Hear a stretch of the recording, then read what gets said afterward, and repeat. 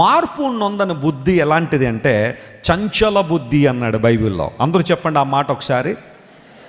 Reference చూపిస్తాను, అయితే ముందు ఆ మాట చెప్పాలి. ఇంకోసారి చెప్పండి, ఏ బుద్ధి అటది? చంచల బుద్ధి అన్నాడు. యెషయా గ్రంథం 29వ అధ్యాయం దగ్గరికి రండి. The book of Isaiah chapter 29 and verse 24. 24వ వచనం చదివితే అక్కడ ఆ మాట మనం చూస్తాం. చంచల బుద్ధి గలవారు, యెషయా గ్రంథం 29, 24 చదువుతున్నాం. చంచల బుద్ధి గలవారు వివేకులగుదురు, సణుగువారు ఉపదేశానికి ఏం చేస్తారట? లోబడతారు. అంటే వివేకం రాకమునుపు వీరికి ఏ బుద్ధి ఉందన్నమాట? చంచల బుద్ధి. చంచలత్వం అంటే అర్థం ఏంటి చెప్పండి? స్థిరత్వం లేదనే కదా. చెప్పండి, చంచలత్వం అంటే అర్థం ఏంటి? స్థిరత్వం లేదని అర్థం. ఆ షేప్ కరెక్ట్గా లేదని, మారిపోయే తత్వం. అచంచలం అంటే మార్పు నొందని తత్వం. చంచలత్వం అంటే మారిపోయే పరిస్థితులు. చాలామంది బుద్ధి ఎలా ఉందట? చంచల బుద్ధి.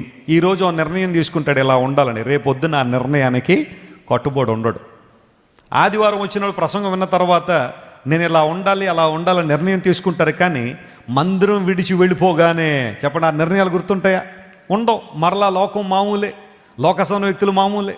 దేవుని మందిరానికి వచ్చిన తర్వాత వాక్యం ఉన్న తర్వాత ప్రభు ఇక నుండి ఇక త్రాగన్న ఆయన, ఇంకా కళ్ళు, సారా, బ్రాంతి, విస్కీ, రమ్ము, జిన్ను ఇలాంటివి మనకు అక్కర్లేదు ప్రభు అని నిర్ణయం తీసుకుంటాడు. బయటికి వెళ్ళిపోగానే ఎవడో వస్తాడు, ఎరా పార్టీ ఉందిరా సాయంకాలం అంటే, లేదురా నేను మానేశానని దేవుని సరిలో ఏం చేశాను?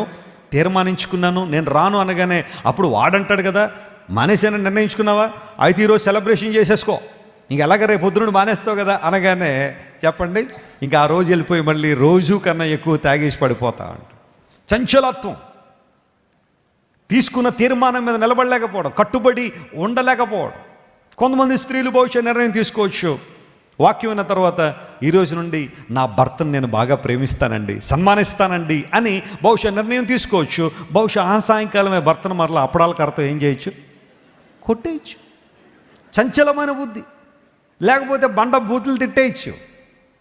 చాలామంది భర్తలు కూడా వాక్యం అయిన తర్వాత, అబ్బాయి ఈరోజు చాలా చక్కగా దేవుడు నాతో మాట్లాడి నా భార్యను ప్రేమిస్తానండి, చక్కగా చూసుకుంటాను అన్నవాళ్లే ఆ రోజున ఏదో కర్ర పెట్టి ఆ తల మీద కొట్టేయడం వల్ల హాస్పిటల్ తీసుకెళ్ళచ్చు భార్యని. ఇలాంటి పరిస్థితులని చాలా ఉన్నాయి. యవనస్తులు అయితే ఇక చెప్పక్కర్లేదు. ప్రభు సన్నిధికి వచ్చినప్పుడల్లా yes I want to stand for God. నూతన సంవత్సరం వచ్చిందంటే జనవరి 1వ తారీఖున, డిసెంబర్ 31వ తారీఖున రెజల్యూషన్స్ తీసుకుంటాం. ఎంత గొప్పగా ఉంటాయంటే 2 వారాల కన్నా ఎక్కువ పాటించాం వాటిని కదా. వాక్యం చదవాలనుకుంటాం, చదవలేకపోతున్నాం. ప్రార్థన చేయాలనుకుంటాం, చేయలేకపోతున్నాం. ఏదో ఒక డైవర్షన్, ఏదో ఒక డిస్ట్రాక్షన్ మనలోకి వచ్చేస్తూ ఉంది. చంచలత్వం మనలో ఉంది, నిలబడలేకపోతున్నాం మాట మీద. లేఖనం సెలవిస్తూ ఉంది, చాలామందికి చంచల బుద్ధి ఉంది అట. ఈ బుద్ధి మారాలి. చెప్పండి, ఏం చేయాలి? ఈ బుద్ధిలో మార్పు రావాలి. చంచల బుద్ధిలో మార్పు పొందిన వాడు వివేకులు అవుతారు, అలాంటి వారు ఉపదేశానికి లోబడతారని బైబిల్లో రాయబడింది. చంచల బుద్ధి అనే మాట గమనించాలి. మీరు ఇంతవరకు విన్న దైవ సందేశం మరియు దేవుని సేవకులు చేసిన ప్రార్థన మీకు ఆశీర్వాదకరముగా ఉన్నదని విశ్వసించుచున్నాము. ఈ సందేశాన్ని మీ స్నేహితులకు, బంధువులకు షేర్ చేయండి. మీకు ఏదైనా ప్రార్థన అవసరత ఉన్నచో మా ఫోన్ నంబర్లకు కాల్ చేయండి.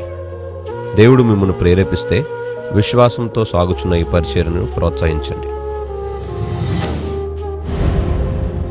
మరిన్ని వర్తమానాలు, పాటలు వినుటకు జాన్ వెస్లీ మినిస్ట్రీస్ అను మా యూట్యూబ్ ఛానల్ను సబ్స్క్రైబ్ చేసుకొనండి. ప్రభువైన యేసుక్రీస్తు కృప మీకు తోడైండును గాక.